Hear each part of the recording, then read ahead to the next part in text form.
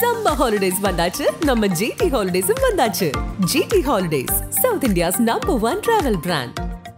Meenakshi Faculty of Arts and Science for Women at KK Nagar, Chennai. BCom, BSc, BA, BBA, BCA and Viscom. Apply now. நடிகர் விஜய் திமுகவை விமர்சித்து வெளியிட்ட அறிக்கை மூலமா அவரே சிக்கிட்டு இருக்காரு.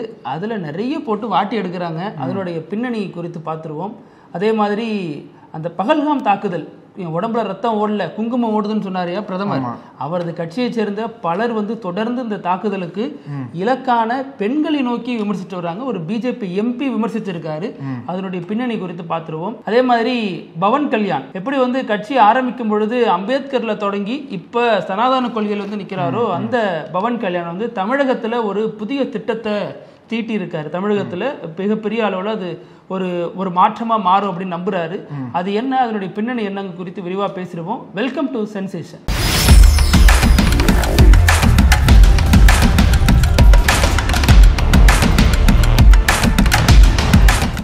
வணக்கம் பிருத்திவி. வணக்கம். ஆந்திராவோட டெபுட்டி சிஎம்மா இருக்கக்கூடிய பவன் கல்யாண் தமிழ்நாடு வந்திருக்காரு. குறிப்பா சொல்லணும் அப்படின்னா அந்த ஒரே நாடு ஒரே தேர்தல் இருக்கு இல்லையா, இந்த ஒரு பிரச்சாரத்தை தொடர்ந்து பாஜக ஒரு அரசியல் பிரச்சாரம் மாத்திட்டு வராங்க.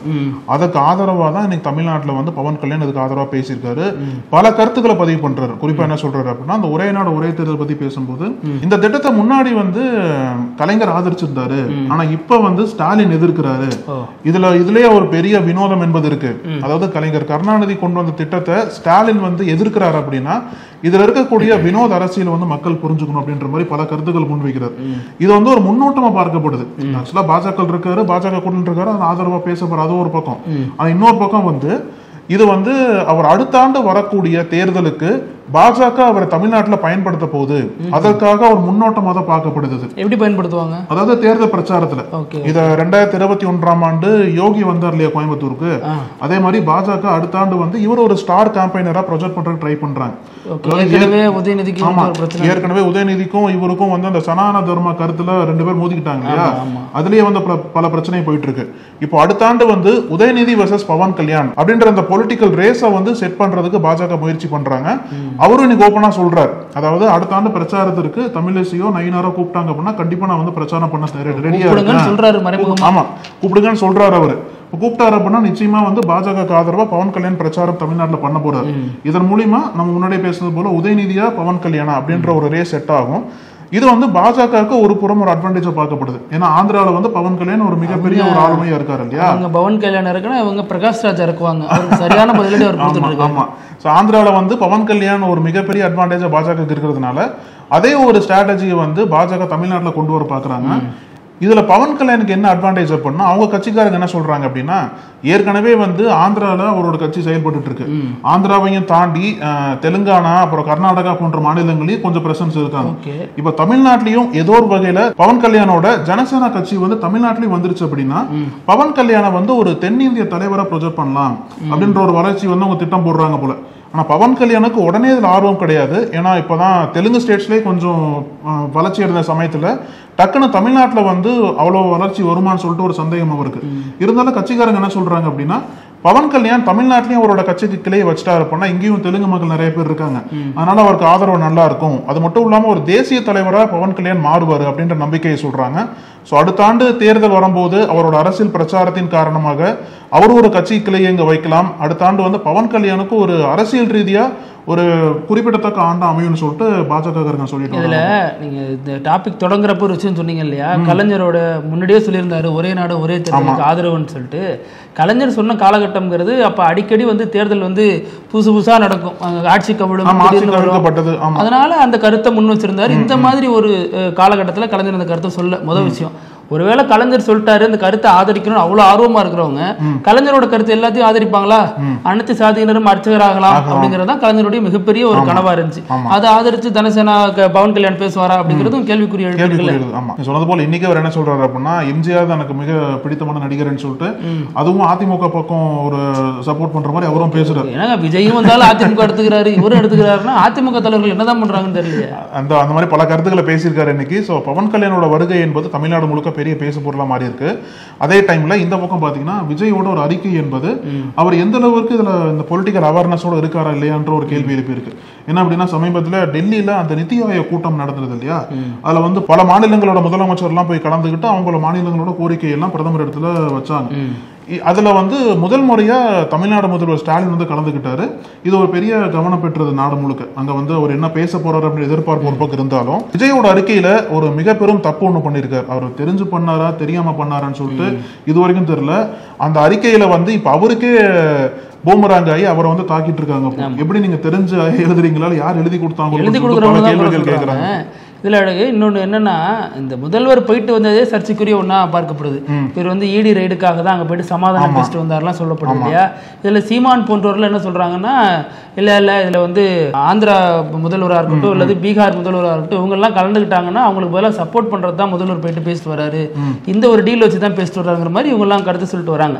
ஆனால் முதல்வர் தரப்பில் என்ன சொல்லப்படுதுன்னா, நாங்கள் ஏன்ப்பா பயப்பட போகிறோம், ஏன்னா இது வரைக்கும் இந்திய அளவில் அதிகமாக குறிவைக்கப்பட்ட கட்சி ஈடியால் வருமான வரித்துறையால் திமுக மட்டும்தான். இது வரைக்கும் இல்லாம நாங்க ஏன் எப்ப போறோம்னா அது வெறுமனே மக்களுக்காக மட்டும்தான் நாங்க அதை செய்யறோம். இது வரைக்கும் நிதி தரல, நானே போய் பேசினா நிதி தர வாய்ப்பு இருக்குமா அப்படிங்கிற கோணத்தை தான் செய்யறோம் அப்படின்னு முதல்வருடைய ஸ்டாண்டா இருக்கு. இதையெல்லாம் தான் விஜய் போன்றவர் விமர்சிக்கிறாங்க. எப்படின்னா வெளியில வந்து வேற மாதிரி இருக்காங்க, உள்ளுக்குள்ள ரகசிய உடன்படிக்கை வச்சிருக்காங்கன்னு அந்த அறிக்கை முழுக்க விஜய் வந்து விமர்சிக்கிறாரு. நல்லா தான் வந்துட்டு இருக்காரு, திடீர்னு ஒரு இடத்துல ஸ்லிப் ஆயிடுறாரு. வந்துட்டு இது எப்படி வந்து பாஜக மாநிலங்கள்ல பாஜக ஆளாத மாநிலங்கள்ல இருந்து யாருமே வரல, பாஜக ஆளும் மாநில முதல்வர்கள் தான் வந்தாங்கன்னு சொல்றாரு. முழுசா செய்தியை படிச்சாரா, அவர் தான் எழுதினாரா அல்லது எழுதி கொடுத்தவர்? எழுதுறது தப்பு இல்ல, எல்லாத்தையும் அவங்களே உட்காந்து எழுத முடியாது, எழுதி கொடுப்பாங்க, அதை அப்ரூவ் பண்ணிட்டு தான் வருது எல்லா அரசியல் தலைவர்களுக்கும், அந்த வகையில தப்பு இல்ல. ஆனா அதை கிராஸ் செக் பண்ணாம எப்படி இவ்வளவு பெரிய ஒரு தலைவர் வந்து செய்தி போடுறாரு, நாளைக்கு தமிழ்நாட்டை ஆளணும்னு துடிக்கிற ஒரு தலைவர் ஒரு சாதாரண விஷயத்துல இவ்வளவு பெரிய எரரை விட்டுட்டாரு அப்படின்னு பார்க்கப்படுது. ஆக்சுவலா இது எப்படி அவர் எப்படி பண்ணிருப்பாரு நான் நினைக்கிறேன் அப்படின்னா, கேரளா போனாரா பினராயி விஜயன் போல, சித்தராமையா போனாரா காங்கிரஸ் அவரும் போல, மம்தா பானர்ஜி போனாங்களா வெஸ்ட் பெங்கால் அவங்களும் போல, அப்ப யாருமே போல போல் இருக்கு, எதிர்கட்சியில இருந்து யாரும் போல போல் இருக்கு, ஸ்டாலின் தான் போயிருக்காரு, அப்ப இதுல இருந்தே பாருங்க இவங்களுக்குள்ள ரகசிய டீலிங் இருக்குன்னு சொல்லிட்டு விஜய் ஒரு கிளைம் வைக்கிறார். ஆனா யாரெல்லாம் போனாங்கன்னு பார்க்கும்போது காங்கிரஸ் சிஎம் இருக்கக்கூடிய ரேவந்த் ரெட்டி தெலுங்கானா அவரு போயிருக்காரு, அப்புறம் கூட்டணியில் இருக்காரு நினைச்சிருப்பாரு அவரு போயிருக்காரு, அப்புறம் பஞ்சாப் சிஎம் பகவந்த் சிங் மான் அவரு போயிருக்காரு, ஜார்க்கண்ட் சிஎம் ஹேமந்த் சோரன், இவங்க எல்லாமே பாஜக இல்லாத மாநிலங்கள் தான், கடுமையா பாதிக்கப்பட்ட ஒரு ஹேமந்த் சோரன். ஆமா, பாஜக ஆட்சி செய்யாத மாநிலங்களை சேர்ந்தவங்க தான் இந்த சிஎம்கள்லாம், இவங்கெல்லாம் கூட்டத்துக்கு போயிருக்காங்க. அப்ப இவங்களோட வருகையை விஜய் கவனிக்காம விட்டாரா அப்படின்ற கேள்வி எழுந்திருக்கு. விஜய் கவனத்துக்கு வராம விட்டுடுச்சா அப்படிங்கிறது பார்க்க வேண்டியதா இருக்கு. அது ஒரு விஷயத்தை முழுசா ஆராயாமலே திமுக மீது அவ்வளவு காட்டமான ஒரு அறிக்கையை கொடுக்கிறாரு அப்படிங்கறத திமுக சேர்ந்தவர்கள் வைக்கக்கூடிய குற்றச்சாட்டு. அதுவும் இல்லாம பிரதமரை சந்திக்கிறதே தப்புன்னா, கோயம்புத்தூர்ல விஜய் என்னப்பா பண்ணாரு, கொஞ்சம் ஆண்டுகளுக்கு முன்னாடி கோயம்புத்தூர்ல வந்த பிரதமரை போய் சந்திச்சுட்டு வந்தாருல்ல, அதனுடைய பின்னணி என்ன, அதுக்கு முன்னாடி தான் வருமான வரித்துறை ரெய்டு பண்ணிட்டு போயிருந்தாங்க, இவர் போய் விஜய் இவர் சந்திக்கிறது மட்டும் நியாயமான ஒண்ணா? ஒரு அரசியல் ரீதியா ஒரு மாநில அரசுடைய தலைவர் வந்து மத்திய அரசை சந்திக்கும் போது அதுல தவறு கண்டுபிடிக்கிற நீங்க தனிப்பட்ட முறையில் பிரதமர் சந்திச்சீங்களே, அதற்கு பின்னாடி என்னென்ன காரணங்கள் சொல்லலாம்?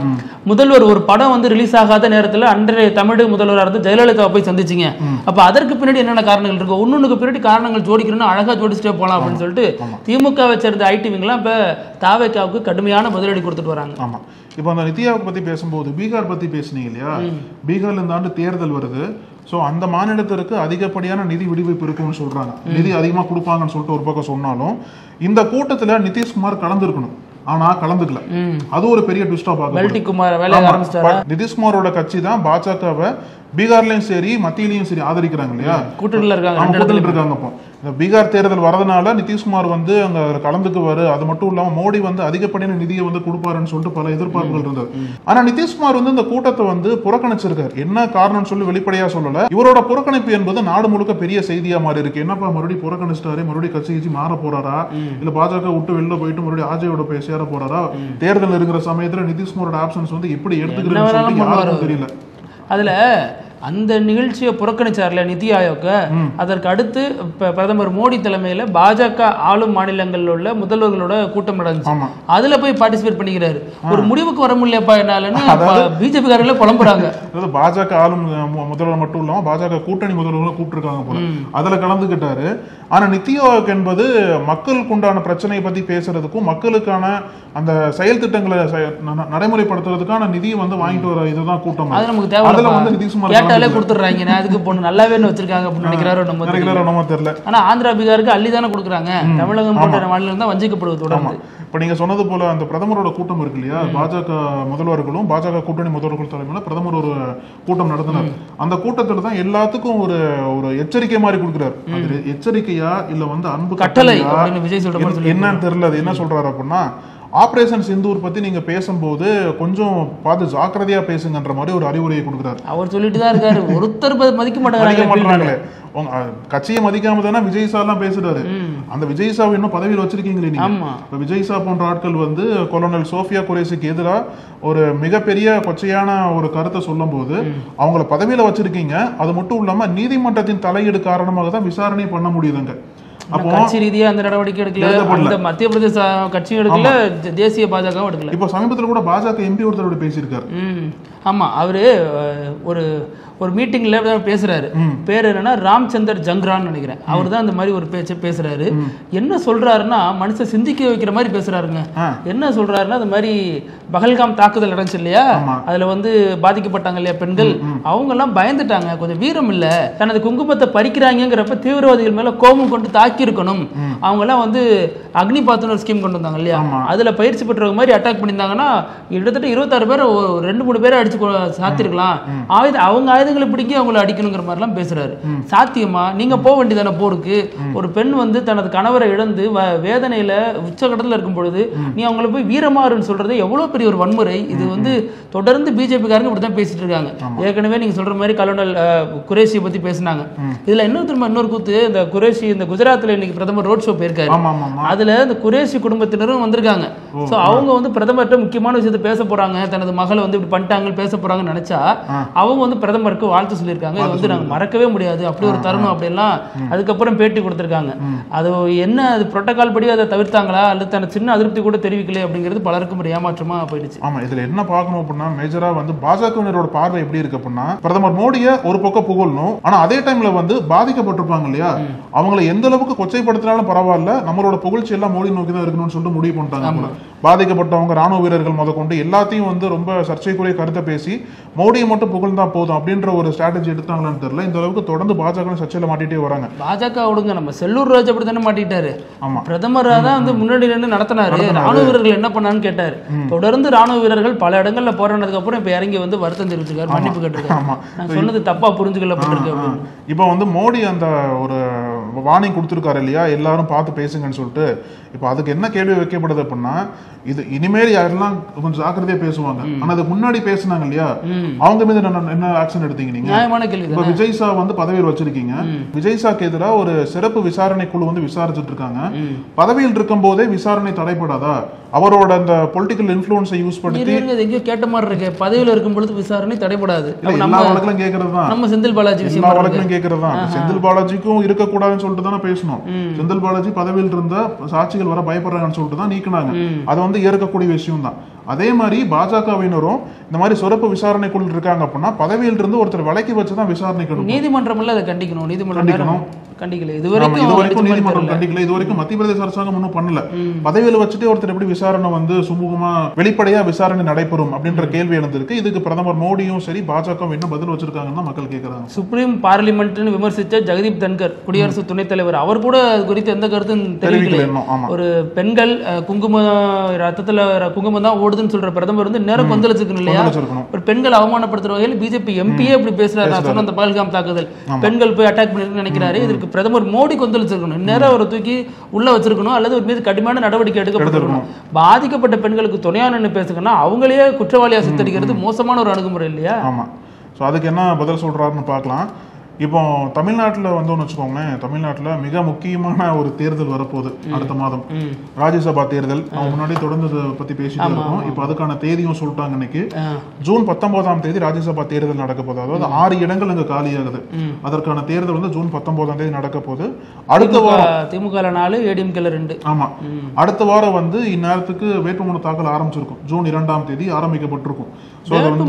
ஆரம்பிச்சிருக்குங்க. ஆனா முடிவே ஆகலையே. வைகோவா இவர அதுதான் என்ன பண்ணலாம் தெரியல. பிரேமலதாக்கு உள்ள வருவாங்களா, அன்புமணி உண்டா, எதுவுமே அந்த ஒரு பல குழப்பங்கள் வந்து பல கட்சிகள் இடத்துல இருக்கு. இன்னும் ஒரு வரக்கூடிய நாட்கள்ல வந்து இந்த தேர்தல் வந்து இன்னும் பெருசா கவனிக்கப்படும். ஏன் அப்படின்னா பல முக்கியமான முகங்கள்ல இருக்காங்க இல்லையா. முக்கியமா பேசணும் அப்படின்னா நீங்க சொன்னது போல வைகோ, அப்புறம் அன்புமணி ராமதாஸ், இவங்களோட ராஜ்யசபா எதிர்காலம் எப்படி இருக்க போகுதுன்னு சொல்லிட்டு பல கேள்விகள் இருக்கு. முன்னாடியே பேசினது போல அன்புமணி ராமதாஸுக்கு அதிமுக வந்து 2019 ஆதரவா நின்னாங்க. அதுக்கப்புறம் வந்து கூட்டணி கொஞ்சம் முறிச்சுட்டாங்க இல்லையா. இப்ப மீண்டும் வந்து தேர்தல் இருக்கிற சமயத்துல கொஞ்சம் நல்லாவே முடிச்சுட்டாங்க. இப்ப மீண்டும் அந்த ராஜ்யசபா தேர்தல் வர சமயத்துல அதுவும் அவர் மீண்டும் தேர்ந்தெடுக்கப்படணும் அப்படின்ற தேவை இருக்கிற சமயத்துல அதிமுக பாமகக்குள்ள ஒற்றுமை எப்படி இருக்கு. பாஜக சொல்லிட்டாங்க இன்னைக்கு என்ன சொல்றாங்க அப்படின்னா, நாங்க வந்து கூட்டணி இருக்கிறதுனால அதிமுக சப்போர்ட் பண்ணுவோம், இருந்தாலும் பாஜக மேலிடம் சொல்றதை நாங்க கேட்போம்னு சொல்லிட்டாங்க. 4 எம்எல்ஏ சப்போர்ட் வந்துருச்சு. அப்ப உங்ககிட்ட 2 எம்பி வருமே, ஏடிஎம்கேக்கு வரும், அதிமுகவுக்கு 2 எம்பி வரும்னு சொல்றாங்க. ஆனா அதே டைம்ல அன்புமணிக்கு அதிமுக விட்டு கொடுக்குமா இந்த வாட்டி? போன வாட்டி விட்டு கொடுத்த மாதிரி இந்த வாட்டி விட்டு கொடுப்பாங்களா அப்படின்ற கேள்வி இருந்திருக்கு. ஏன்னா வந்து கொடுத்த மாதிரி 2 வருஷத்துல நீங்க பிச்சுட்டு போயிடுவீங்க, அந்த எம்பி தேவையில்லாம போயிடும். அது மாதிரிதான் அதிமுக வந்து முடிவு பண்ண போறாங்களா. அன்புமணியும் சரி ராமதாசும் சரி கட்சிக்குள்ள அவங்களுக்குள்ளே பெரிய ஒரு பனிப்போர் போயிட்டு இருக்கு. 2 பேருக்குள்ளே ஒற்றுமை இல்ல. அப்படி இருக்கிற சமயத்துல ராமதாஸோட முடிவு எப்படி இருக்க போகுது? அன்புமணி தான் மீண்டும் கட்சி சார்பா நிக்கணும் முடிவு பண்ணார் அப்படின்னா ராமதாஸ் வந்து அதிமுக ஆதரவு கேட்க போறாரா? ஏன்னா இன்னும் கொஞ்ச நாள் தான் இருக்கு. அதுக்குள்ள அதிமுக பாமக ஒற்றுமையா வரணும். இல்ல இந்த 2 கட்சிகளுக்கு நடுவுல பாஜக மத்தியஸ்தம் பண்ண போறாங்களா? அது மட்டும் இல்லாம ராமதாஸ் வந்து திமுக பக்கம் போறதா சொல்லிருக்காங்க இல்லையா. அதனால அன்புமணியோட அந்த ராஜ்யசபா எதிர்காலம் எப்படி இருக்க போகுதுன்ற கேள்வி எனக்கு தெரிஞ்ச அழகு. அதிமுக பொறுத்த வரைக்கும் அன்புமணி ராமதாஸ் சீட்டு கொடுக்கணும் அப்படின்னா இந்த வர சட்டமன்ற தேர்தலில் அவங்க கண்டிப்பா ஏடிஎம்கேவோட அலைன்ஸ் வைக்கிறேன்னு சொன்னா மட்டும்தான் முடியும். ஏன்னா அங்கேயே பல பிரச்சனை இருக்கு. ஜெயக்குமார்ல இருந்து செம்மலையில இருந்து பலரும் அந்த 2 சீட்டுக்கு முட்டி மோதிட்டு இருக்காங்க. ஏன்னா அவங்க எல்லாம் வந்து சட்டமன்ற தேர்தலில் தோல்வி அடைஞ்சவங்க. காரணம் பிஜேபியால தான் தோத்தோன்னு ஜெயக்குமாரே சொன்னாரு. சோ அப்ப வந்து இப்ப எனக்கு எதையாச்சும் ஒரு ஃபேவர் பண்ணி கொடுங்க அப்படிங்கறத ஜெயக்குமாரோட நீண்ட நாள் கோரிக்கையா இருக்கு. சோ அவர் அவ்வளவு சீக்கிரம் விட்டுற மாட்டார். கட்சியினுடைய முக்கிய தலைவர்.